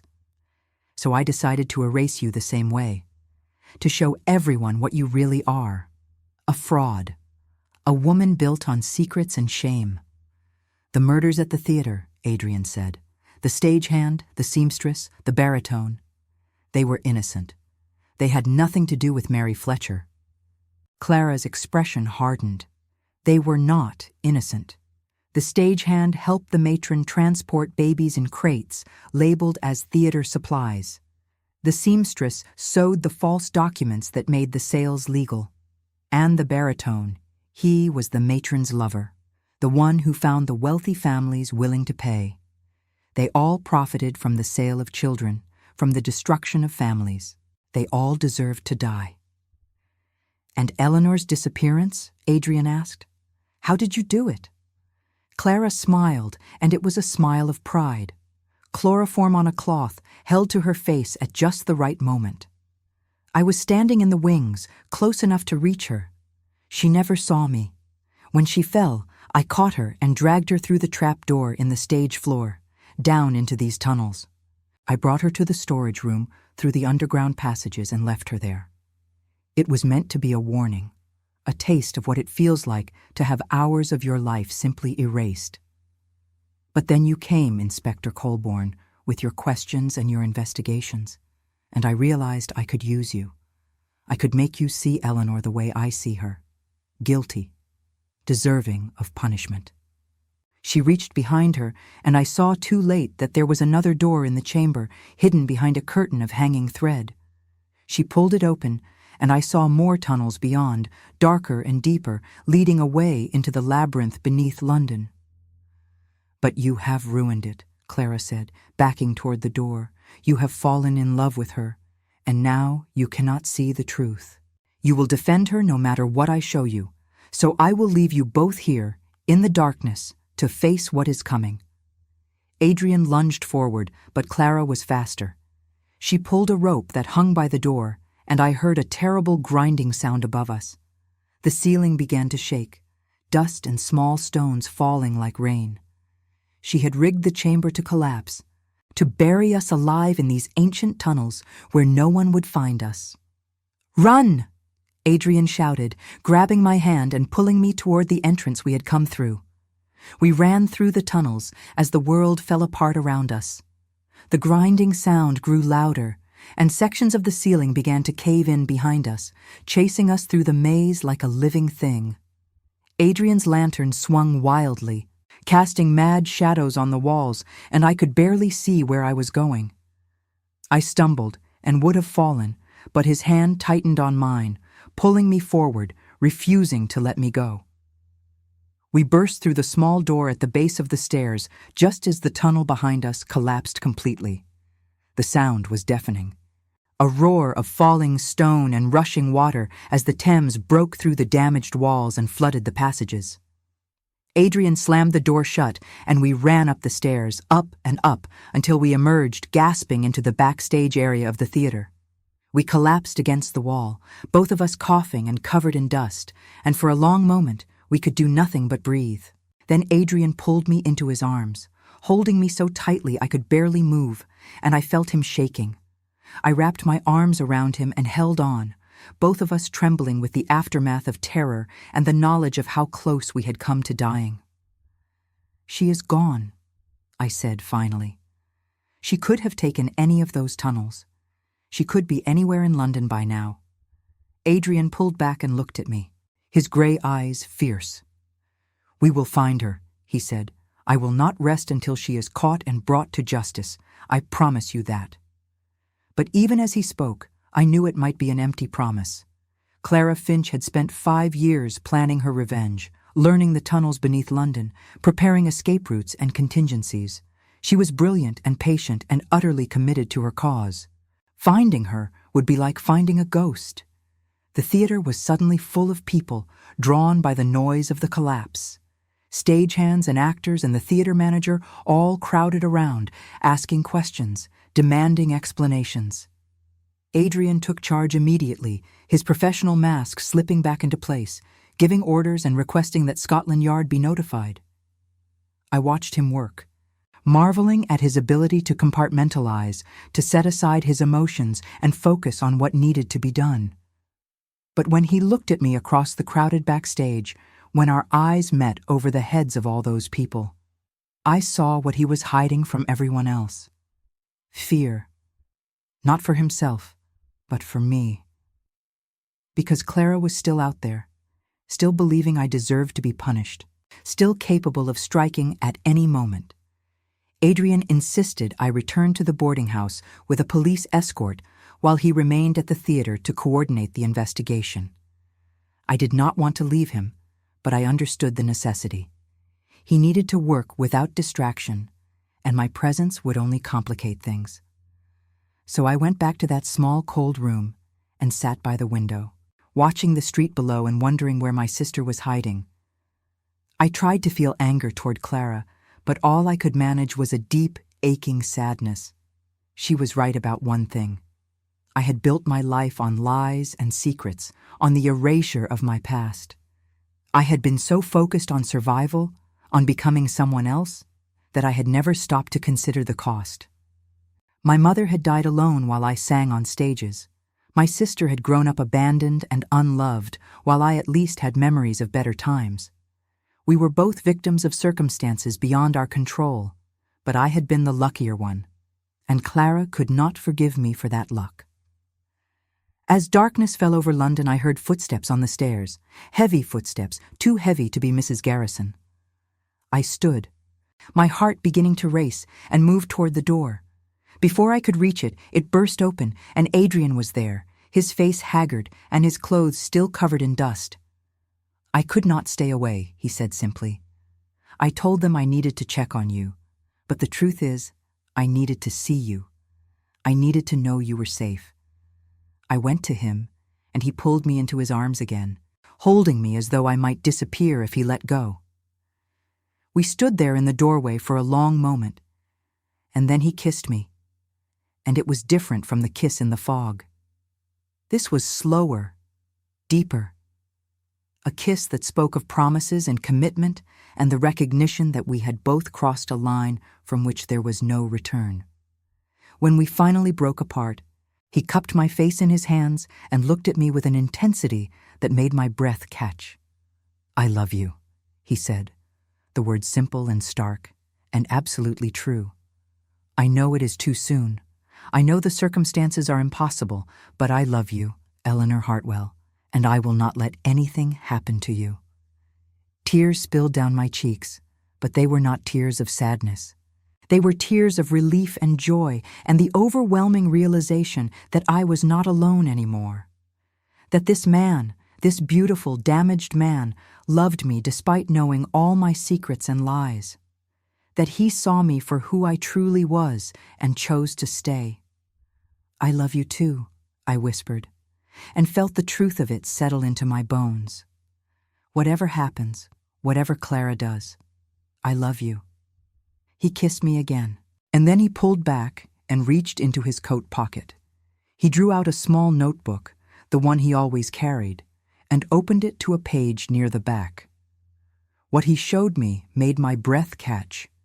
It was embroidery. Not the terrible red thread confessions of Clara's making, but something else.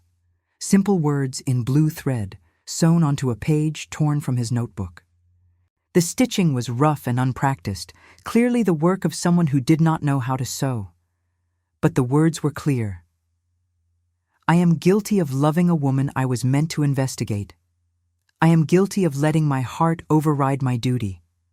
I am guilty of believing in redemption, even when justice demands punishment. This is my confession, sewn by my own hand, and I do not repent. I looked up at him in wonder. When did you do this? Last night, he said, after I left you. I went home and I sat at my desk, and I thought about Clara's embroidered confessions, about the way she used thread and fabric to expose secrets.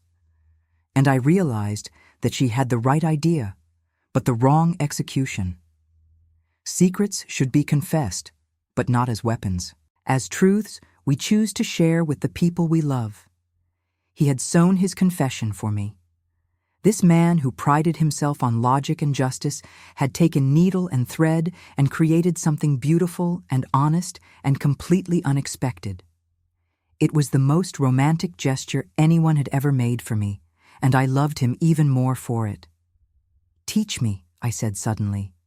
Teach me to sew my own confession. I want to tell you my truths the way you have told me yours. Adrian smiled, a real smile that transformed his severe face into something almost boyish. I do not think I am qualified to teach sewing, Eleanor. My efforts were crude at best. Then we will learn together, I said. When this is over, when Clara is caught and we are safe, we will sit together and sew our truths to each other. All the secrets and shame and guilt we carry, we will stitch them into something beautiful, something that binds us together instead of tearing us apart.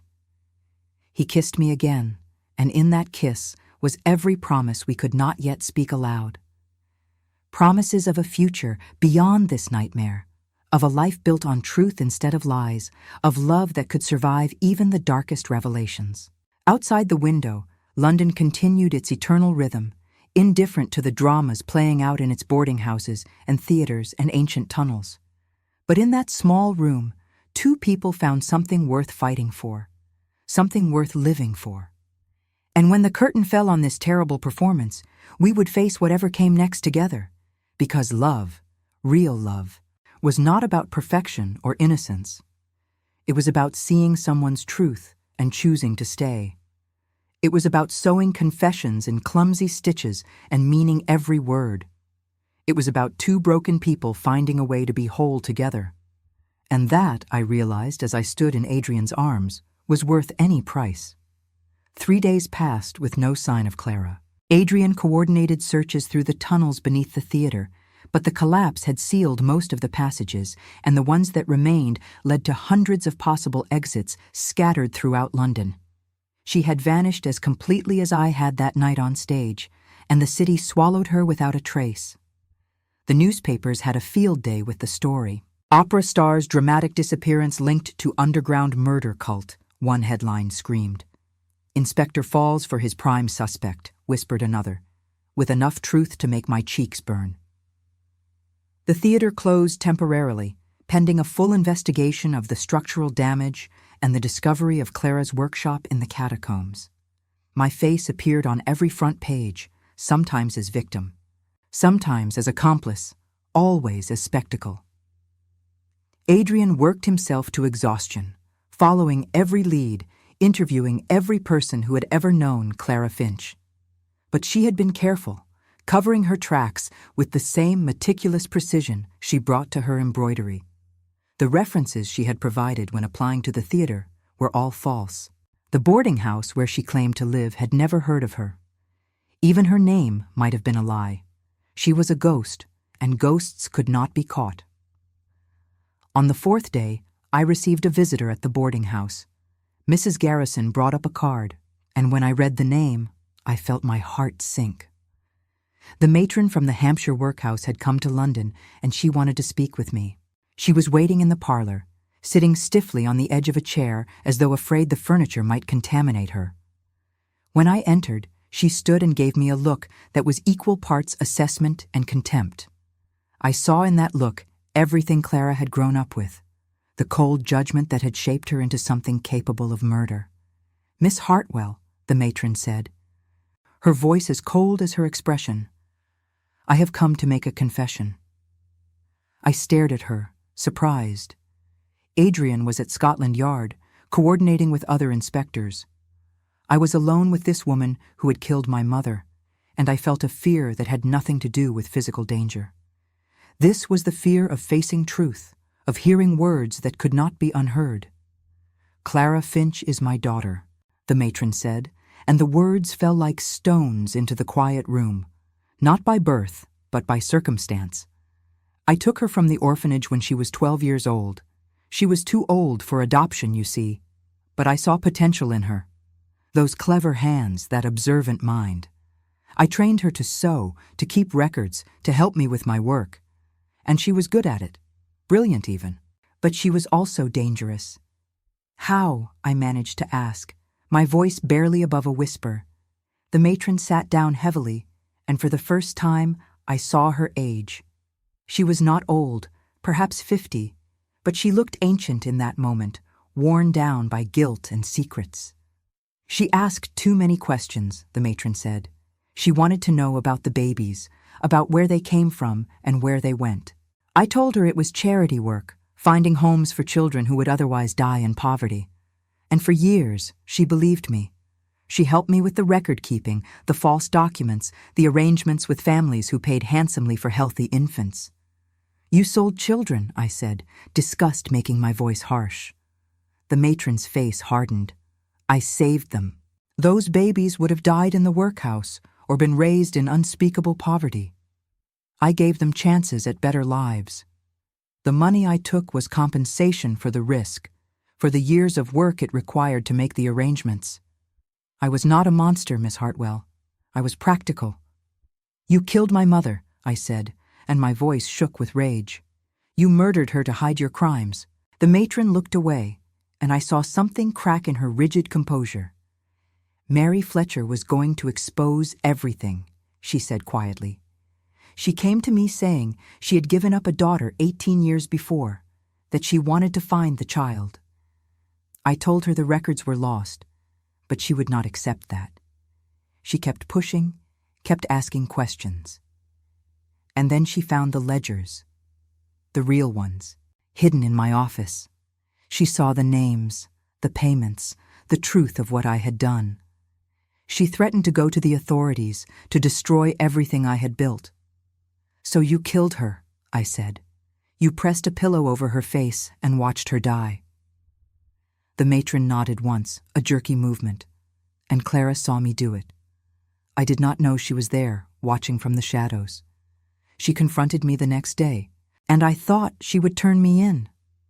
But instead, she asked me to help her find her own mother. She said, if I did that, she would keep my secret. She would help me cover up Mary Fletcher's death. I felt sick. Clara had used her mother's murder as leverage, had blackmailed the matron into helping her. And the matron, desperate to protect herself, had agreed. So I helped her search. The matron continued. We went through all the records, followed every possible lead. But the woman who gave birth to Clara had died years before, in childbirth with another man's baby. There was no one left for Clara to find, no mother to reclaim her, no family to welcome her home. She had spent years searching for something that no longer existed. The matron looked up at me then, and I saw tears on her cheeks. That was when she changed.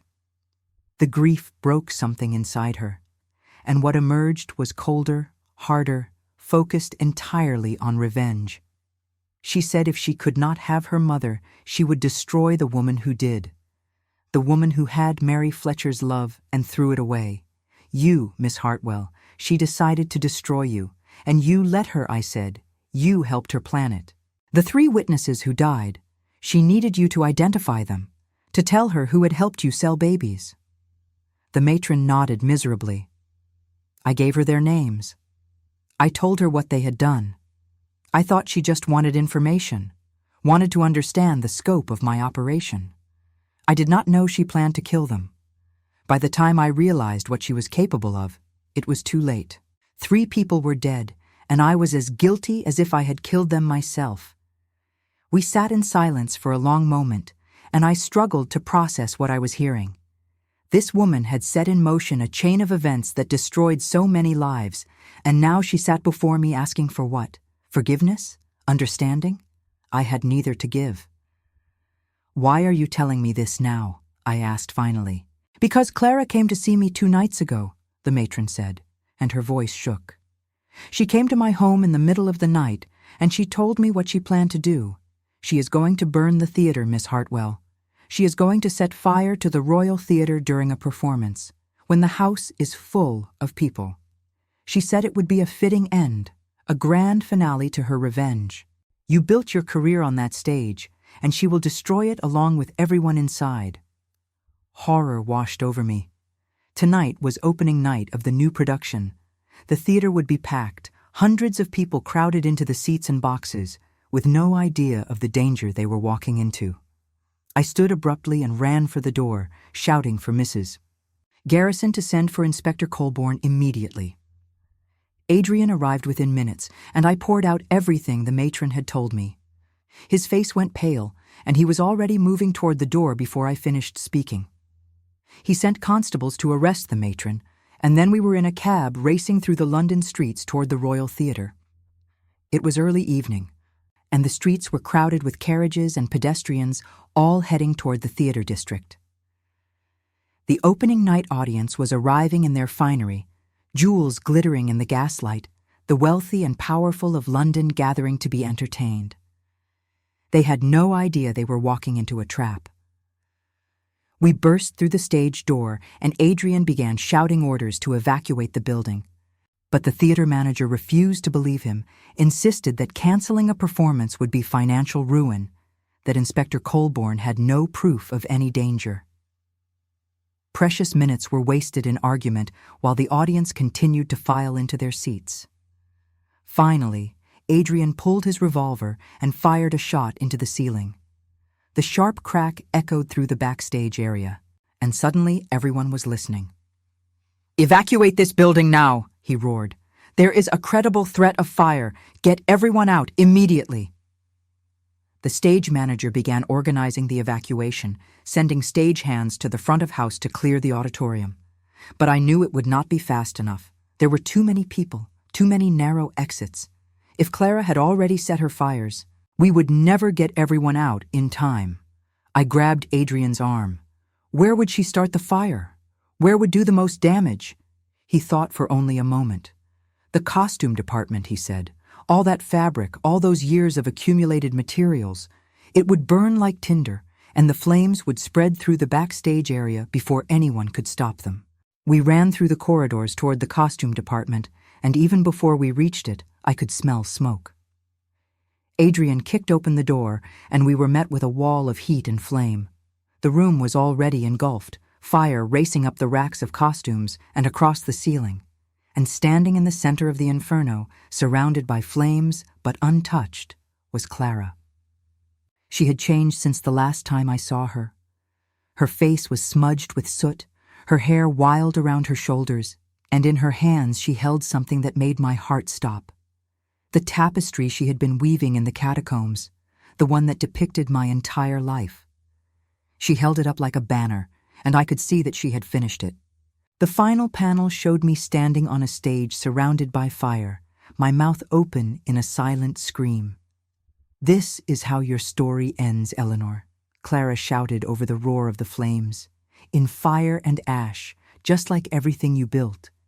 Just like our mother's dreams, burning away to nothing." Adrian raised his revolver, but I grabbed his arm. "You cannot shoot her," I said. The room is full of smoke and flame. You might miss, might hit a gas line, might cause an explosion that brings down the entire building. He lowered the gun, his face anguished.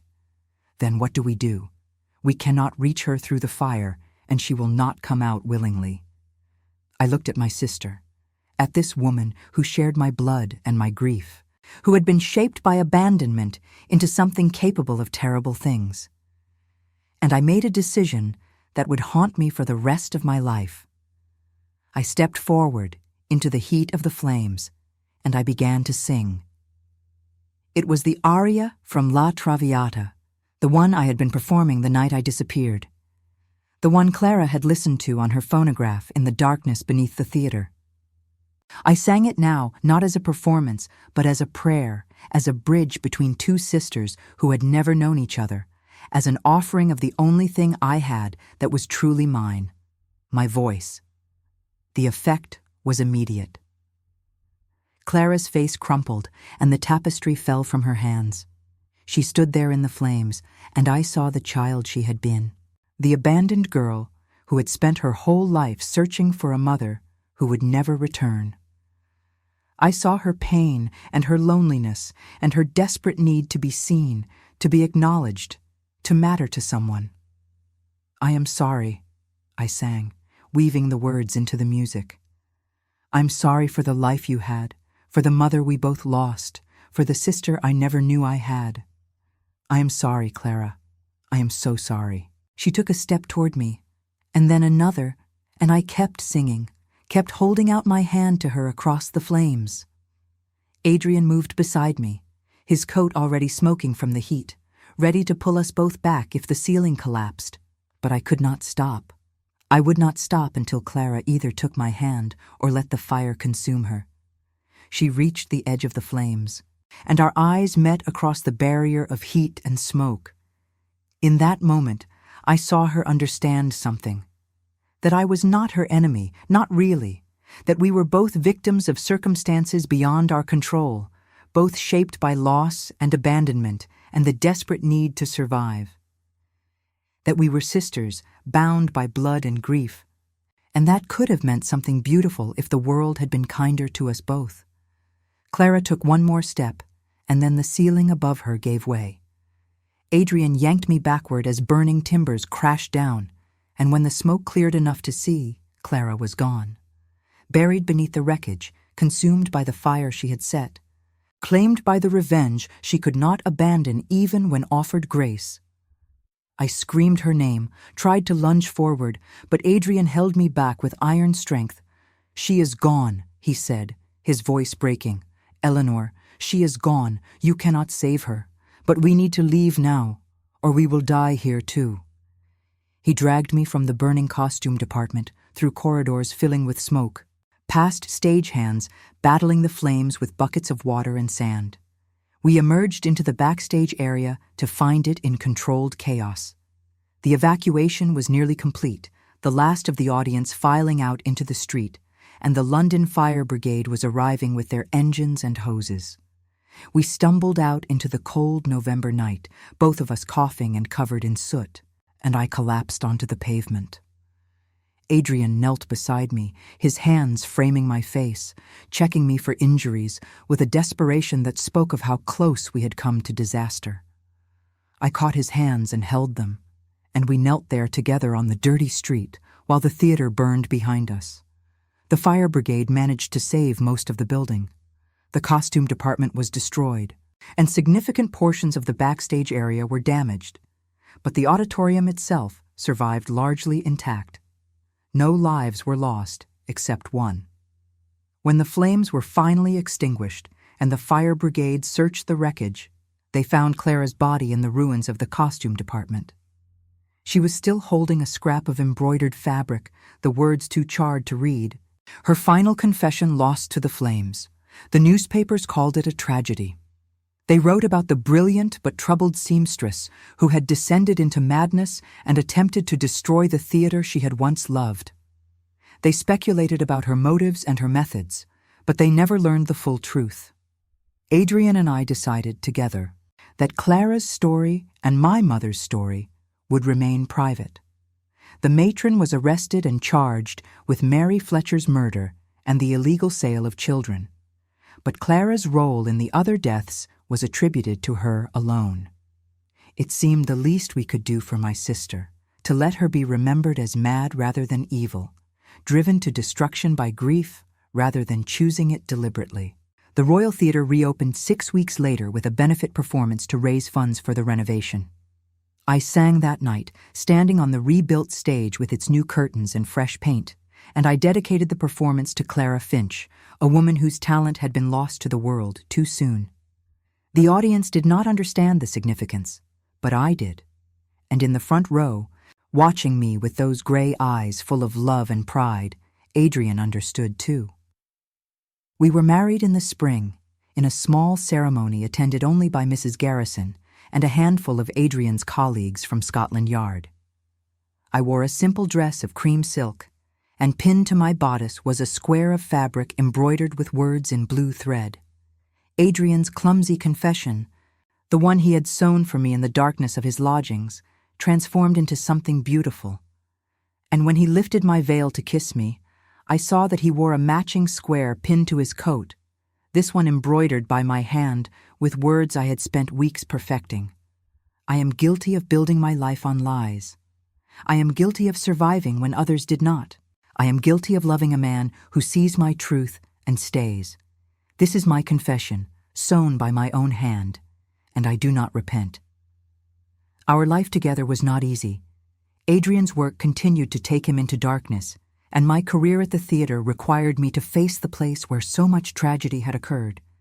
But we learned to navigate those challenges together, to share our burdens rather than carry them alone. And on quiet evenings, we would sit by the fire in our small home and we would sew. We made a quilt over the years that followed. A patchwork of confessions and memories, truths stitched in thread of every color. Some panels were painful to create, dredging up secrets we had buried deep. Others were joyful, capturing moments of happiness and love. We sewed the story of my father's disgrace and Adrian's lost wife. We sewed the story of my mother's death and Clara's revenge. We sewed the story of the night I disappeared and the night we nearly died in flames. And we sewed the story of how we found each other in the midst of all that darkness, how we chose to stay when everything told us to run. The quilt grew larger with each passing year, a map of our life together rendered in fabric and thread. When our daughter was born, we added a panel for her, embroidered with her name and the date she first opened her eyes and looked at us with wonder. When Adrian was promoted to chief inspector, we added a panel celebrating his dedication to justice. When I retired from the stage to teach voice at the conservatory, we added a panel showing a young woman learning to sing, passing on the gift that had saved my life. And when we were old, sitting together in our parlor with the quilt spread across our laps, we would run our fingers over the stitches and remember. Remember the terror and the grief, the secrets and the lies, the murders and the fires. But most of all, remember the love that grew in spite of it all, the bond forged in darkness that became stronger than any force that tried to break it. The theatre still stands in London, a monument to the stories that played out on its stage and beneath it. Sometimes, late at night, the stagehands say they hear singing in the costume department, a woman's voice performing an aria from La Traviata. They say it is a ghost, the spirit of Clara Finch, still searching for the recognition she never found in life. But I know better.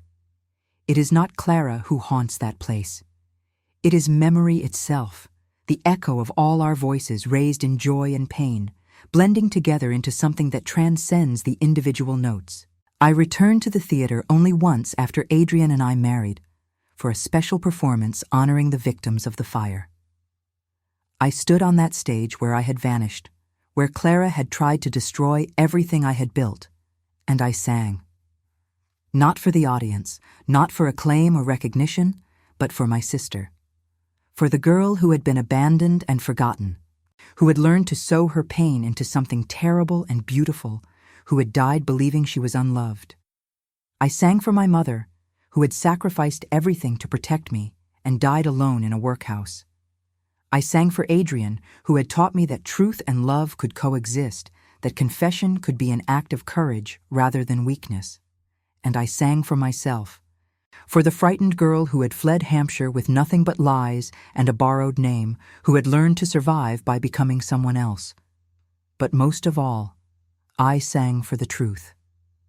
The complicated, messy, painful truth that we are all shaped by forces beyond our control, that we all carry secrets and shame, that we are all capable of both terrible and beautiful things.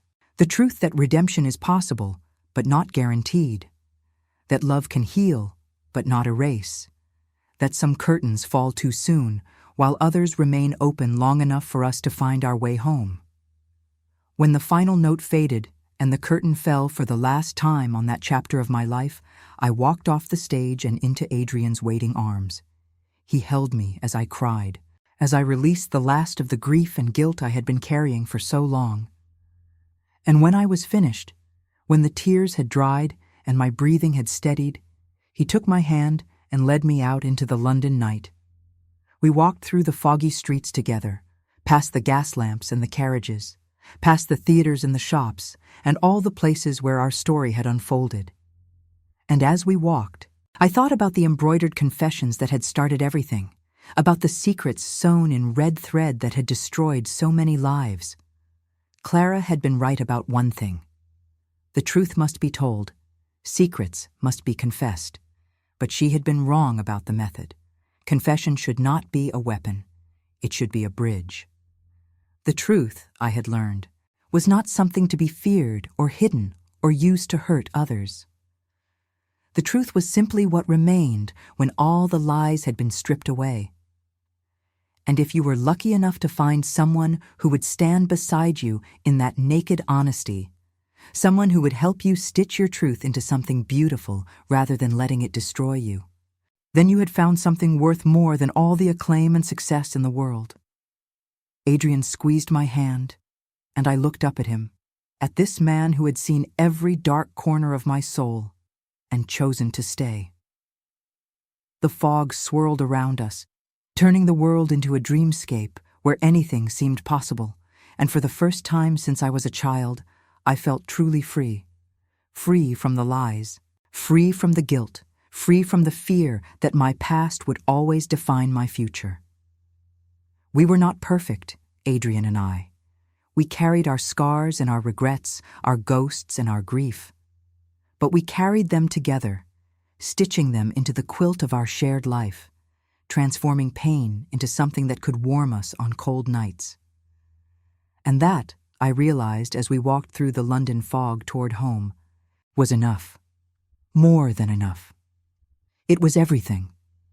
The curtain had fallen on the tragedy, but it had risen on something new.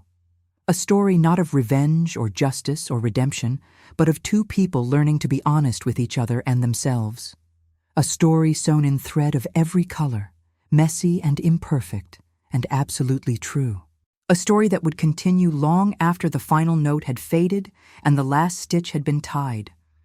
This was my confession, written not in red thread, but in words and memories and love. This was the truth I chose to tell, and I did not repent.